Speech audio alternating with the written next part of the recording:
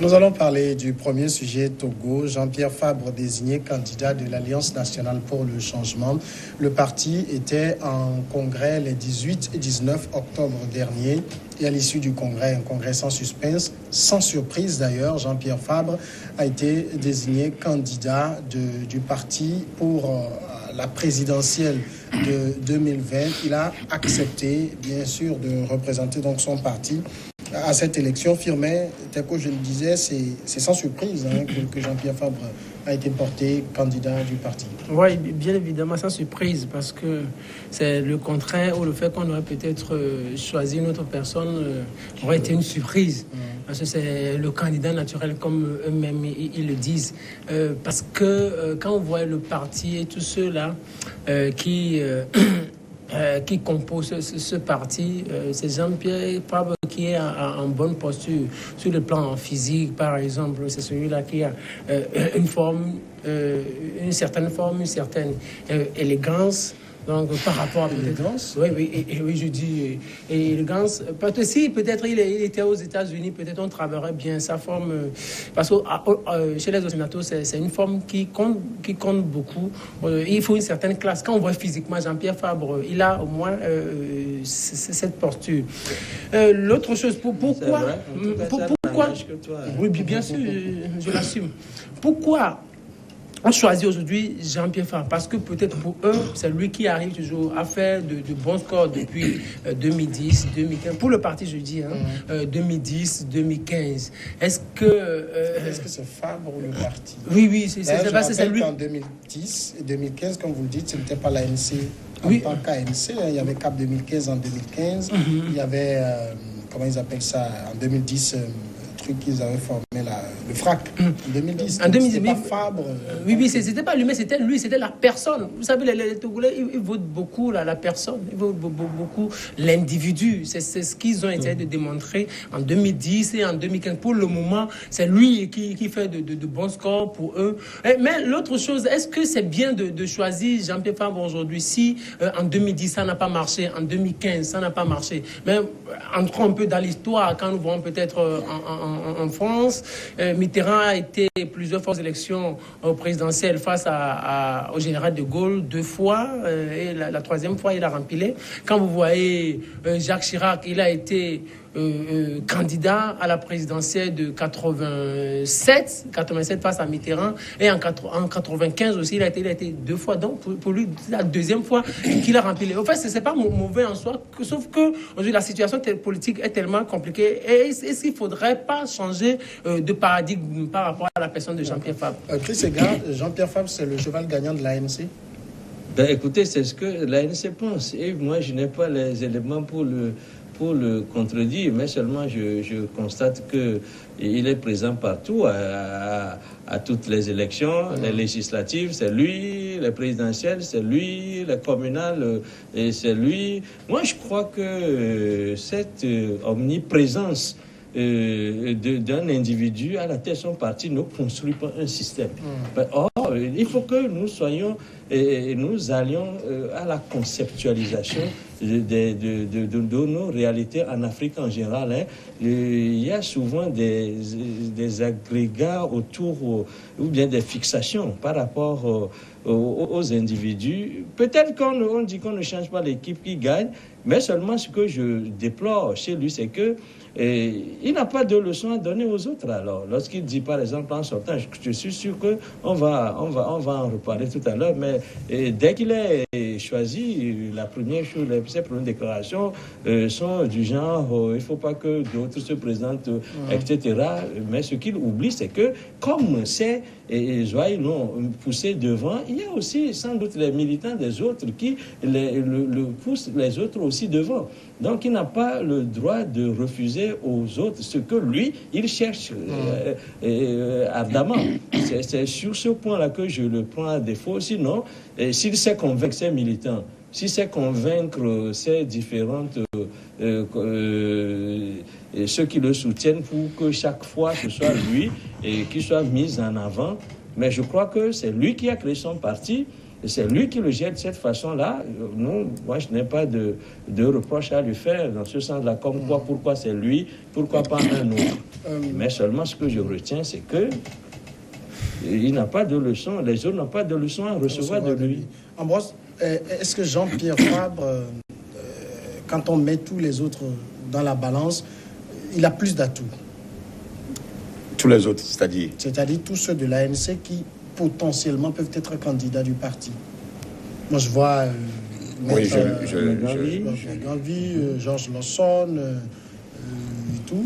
Non, l'ANC regorge des... C'est vrai, hein. D'abord, je voudrais commencer par Chris qui disait qu'il y a les réalités du terrain au Togo, surtout en Afrique. D'abord, cette réalité-là voudra qu'on vote ici au Togo les hommes et non les programmes. Ça, c'est un. De deux, je pense que l'ANC a fomenté sa puissance et son hégémonie sur l'ancienne UFC, pas celle d'aujourd'hui. Il faut le reconnaître. Vous savez, les gens essaient de négliger Jean-Pierre Fabre, et je sais que le pouvoir aussi a sa manière de jouer à discréditer le monsieur qui, au-delà de tout, reste en côte populaire plus que d'autres leaders dans ce pays. La preuve, les élections législatives ont confirmé, la dernière législative et communale, moi j'étais dans les bureaux de vote, c'est l'ANC. Le monsieur a toujours travaillé en tant qu'opposant, ça fait près de 40 ans. Quand la CDP en 87 de Ninévi, quand ils étaient dans l'ombre, les Jean-Pierre Fabre étaient toujours là depuis. Personne ne me dira avec son âge de 93 ans, Ouad, au Sénégal, il est toujours président du PDS.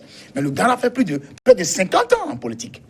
Quand on parle de Chirac, Chirac a commencé, ça fait 45 ans de vie politique que Chirac a fait, il a si bien dit, en gravissant les échelons avant d'arriver là où il est. Oui. Et ça n'a pas été facile. Mitterrand lui-même. Donc, puisque nous copions l'Occident, surtout la sphère francophone, restons dans ce giron-là.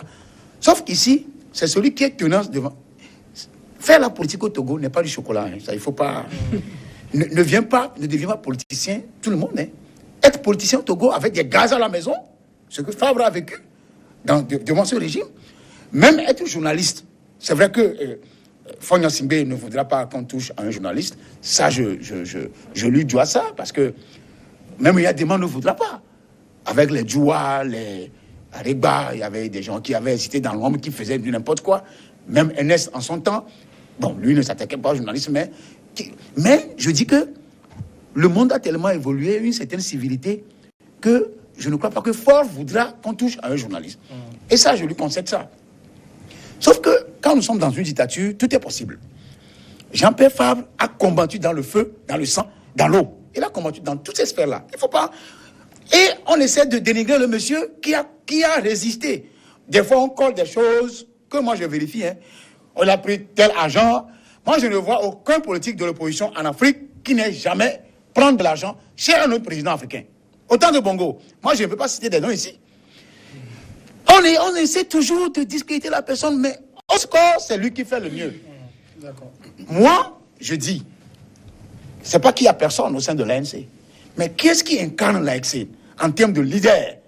C'est vrai que dans ses propos, on ne le sent pas en longueur de foule, de par sa voix qui est un peu roqueuse et difficile, comme au niveau du Cameroun. Mais Jean-Pierre Fabre est un politicien qui résiste au vent, au feu et à l'eau. Je le répète. Et le choisir, c'est l'honorer au final. Et c'est l'icône de l'ANC. C'est lui qui a fomenté l'ANC. On ne peut pas passer outre Jean-Pierre Fabre pour créer un autre leader. Il y a des leaders, mais Jean-Pierre Fabre vivant, il est là. Il y en a qui disent que choisir Jean-Pierre Fabre, et j'ai lu des blagues comme ça, et moi je pose la question juste comme ça, c'est préparer l'échec à la présidentielle 2020. Non, ça, il ne fallait même pas parler de cette blague avant de parler de l'échec de cette opposition-là. Non, l'opposition ne va nulle part en 2020. Non, moi je parle là essentiellement.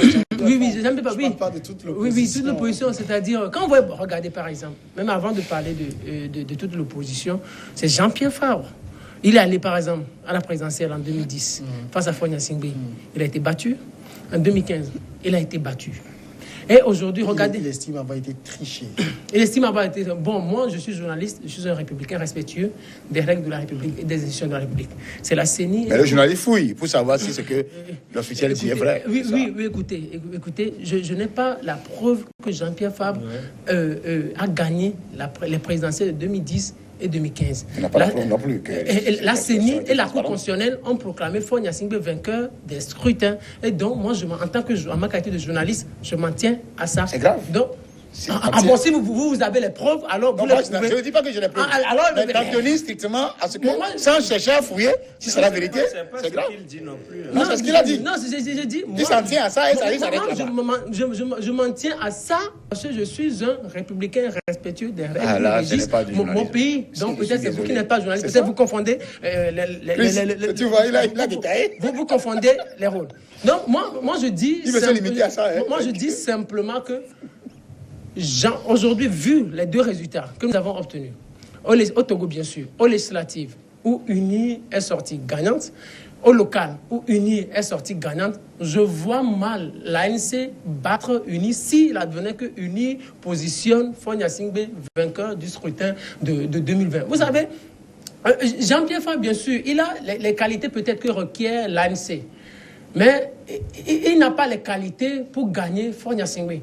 Parce que pour gagner Faure Gnassingbé à la présidentielle, pour gagner Faure Gnassingbé à la présidentielle ou pour battre Faure Gnassingbé. Donc, c'est-à-dire, quoi qu'il puisse faire, il lui sera difficile parce que UNI a toutes les machines pour gagner les élections. UNI est implanté du nord au sud, le terrain, les résultats scientifiquement le prouvent. UNI a l'appui, ou Faure Gnassingbé a l'appui international. UNI a le soutien aujourd'hui de l'armée, ce qui est normal. Donc je ne pense pas que Jean-Pierre Fabre lui-même sait. Il va dire que Faure Gnassingbé, il va dire qu'il va battre Faure Gnassingbé, mais il lui sera difficile de battre le candidat ou le futur candidat de UNI. Alors, quand si on désigne Chris Ega, Jean-Pierre Fabre, candidat de l'ANC à la présidentielle 2020, ça veut dire clairement que l'ANC sera à la présidentielle 2020. Mais vous avez entendu aussi de la part de ce même Jean-Pierre Fabre toutes les critiques qu'il a faites à l'égard même du cadre électoral. Est-ce que ça se comprend de critiquer le cadre électoral, de le trouver malsain et de se positionner en même temps? En allant déjà dans le même cadre au communal, là, je crois que c'est une façon de je ne sais pas comment le dire, c'est de façon déjà de dire que, ben voilà, on est empreint à une forme de contradiction qui ne dit pas clairement son nom. Parce que vous savez, c'est le paradoxe que nous vivons généralement avec ces gens d'opposants qui, moi je dis, qui n'ont pas, en général, les leaders n'ont pas tellement d'étoffe parce que je le dis souvent, pour être leader, il faut savoir se mettre au-dessus, au moins être d'un cran au-dessus du commun du mortel. C'est ce que je ne trouve pas généralement chez les leaders de l'opposition au Togo, parce que ce n'est pas parce qu'on parle de l'alternance qu'on est forcément un bon leader. Par exemple, Ambra dit tout à l'heure qu'il a telle qualité, il a telle qualité. Moi, je l'ai souvent écrit, en tout cas sur ma page Facebook, nous devons être plus exigeants vis-à-vis des leaders de l'opposition qui veulent remplacer le président qui est au pouvoir. Parce que c'est des gens qui, généralement, qui ne savent pas parler d'économie, qui ne savent pas parler de chiffres, qui n'ont aucun chiffre, qui, généralement, ne savent pas dire à ceux qu'ils appellent à l'élection avec quoi ils vont gouverner, quels sont les secteurs porteurs, quel est le nombre d'emplois qu'ils peuvent créer, d'où ils peuvent avoir de l'argent pour financer leur programme, mais leur programme se limite généralement à l'alternance et ça, tout le monde peut en parler. Et moi, je dis que c'est des opposants légers en ce sens que aujourd'hui, depuis 90, il s'est formé une classe de critique en matière de politique qui est de plus en plus exigeant. Mais lorsque vous posez ces questions-là, on a vite fait de vous étiqueter, de faire un procès facial pour dire que, ben voilà, si vous le dites, c'est parce que vous êtes tel ou de tel bord ou de tel autre bord. Alors qu'aujourd'hui, nous sommes censés, en tout cas nous les intellectuels, être plus exigeants vis-à-vis des leaders de l'opposition. Il ne suffit pas de dire qu'il a dit qu'il a combattu, il s'est battu en l'air, dans l'eau, je ne sais pas où, mais il y a une réalité indéniable, c'est que c'est avec Et Jean-Pierre Fabre est parti avec l'auréole de l'UFC. C'est l'UFC Zikris Olympio qui l'a fabriqué parce qu'à un moment donné, le choix que Zikris Olympio a fait a déçu une large partie de ceux qui suivaient ce parti-là. Et ils n'ont pas trouvé mieux que de se reporter sur le premier venu qui, en général, quelqu'un qui ressemble un peu, en tout cas physiquement, parce qu'il est tout aussi clair que Zikris Olympio, il s'appelle Fabre, etc. Vous savez, c'est des symboles que les Togolais consomment très rapidement sans aller au-delà. L'apparence est parfois trompeuse. Et quand on dit que Jean-Pierre Fabre s'est battu, quels sont ses refaits en fait? Quels sont ses refaits? Moi, je...